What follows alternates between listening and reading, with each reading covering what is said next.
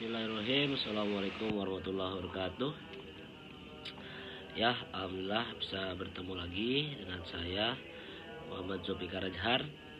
Pada kesempatan kali ini saya akan menjelaskan makosid syariah terhadap pinjaman online.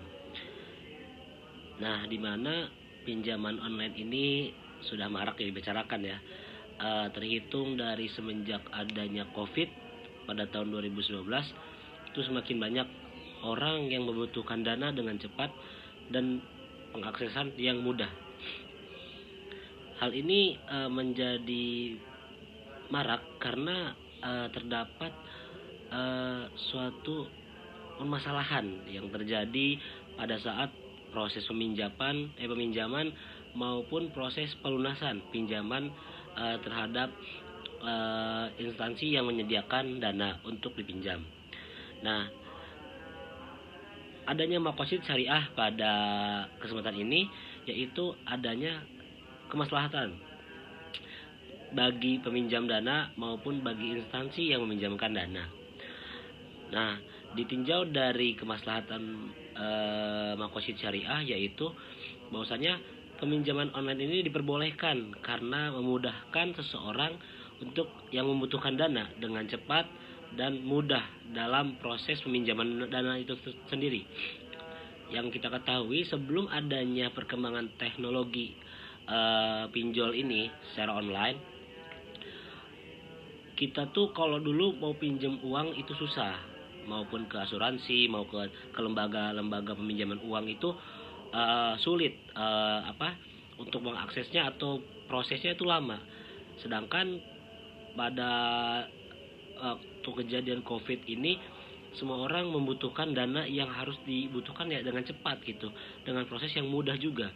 Nah, adanya kemaslahatan ini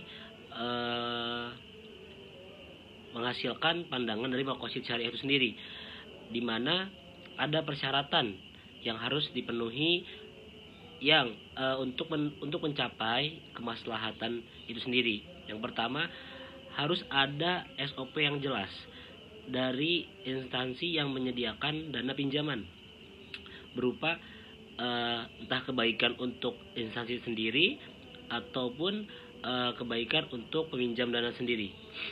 Yang kedua, adanya etika bisnis yang jelas. Etika bisnis ini menentukan kualitas dari instansi yang meminjamkan dana tersebut. Kalau kode etik atau etika bisnisnya ini kurang baik atau pengelolaannya kurang baik, maka tidak bisa disalahkan juga konsumen atau peminjam dana akan mengembalikan atau melunasi hutang pinjamannya seenaknya mereka gitu. Makanya di sini diharuskan untuk adanya etika bisnis yang jelas.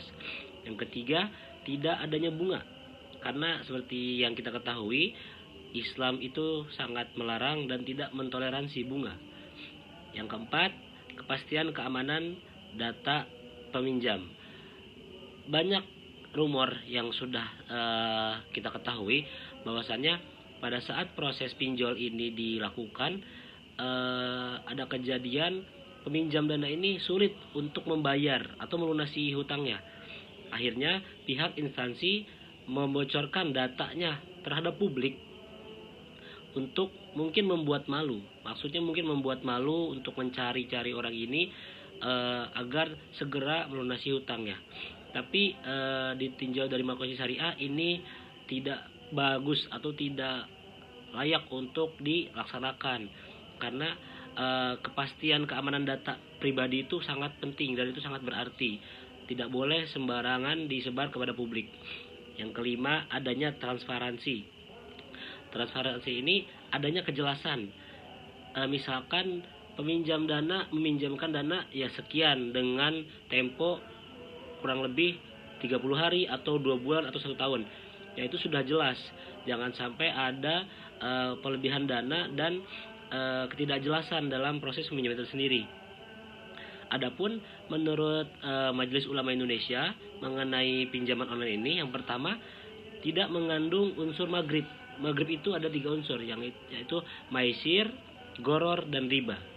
Yang kedua, tidak boleh ada penipuan. Penipuan ini di saat mungkin di saat peminjam dana mengajukan peminjaman dengan data yang sudah diberikan dan diverifikasi, meminjam uang sekian untuk hari ini dengan tempo sekian, jangan sampai ada dana yang tidak dikirim kepada peminjam, tapi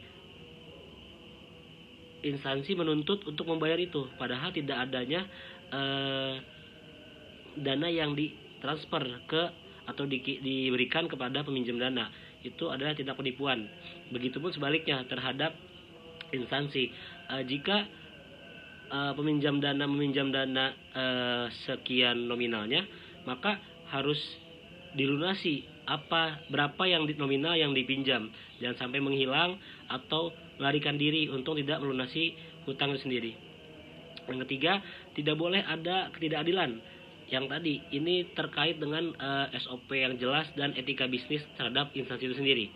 Yang keempat, tidak menunda pembayaran hutang, karena jika dalam proses peminjaman ini adanya penundaan, maka itu akan menjadi titik awal permasalahan. Makanya dianjurkan dari MUI tidak adanya penundaan dalam membayar hutangnya. Kalau emang periodenya 2 bulan atau 3 bulan, ya sudah dilunaskan pada periode tersebut atau bahkan sebelum periode itu berakhir. Nah, adapun di sini lembaga investasi atau lembaga peminjam modal yang sudah terdaftar di OJK, yaitu ada Investri, Papi2P Syariah, Alami Fintech Syariah, Dana Syariah, Etis Fintech Indonesia, Amama Fintech Indonesia, dan Duha Syariah.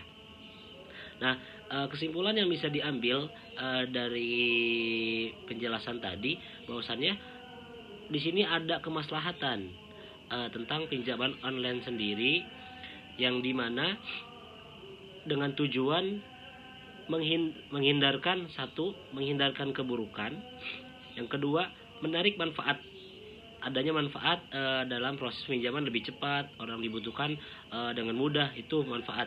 Yang ketiga, menolak mudarat itu adalah keburukan atau yang bakal hal yang kurang baik akan terjadi. Jadi mungkin itu saja yang bisa saya sampaikan. Mohon maaf bila ada kesalahan kata atau kekurangan dalam penyampaian. Assalamualaikum warahmatullahi wabarakatuh.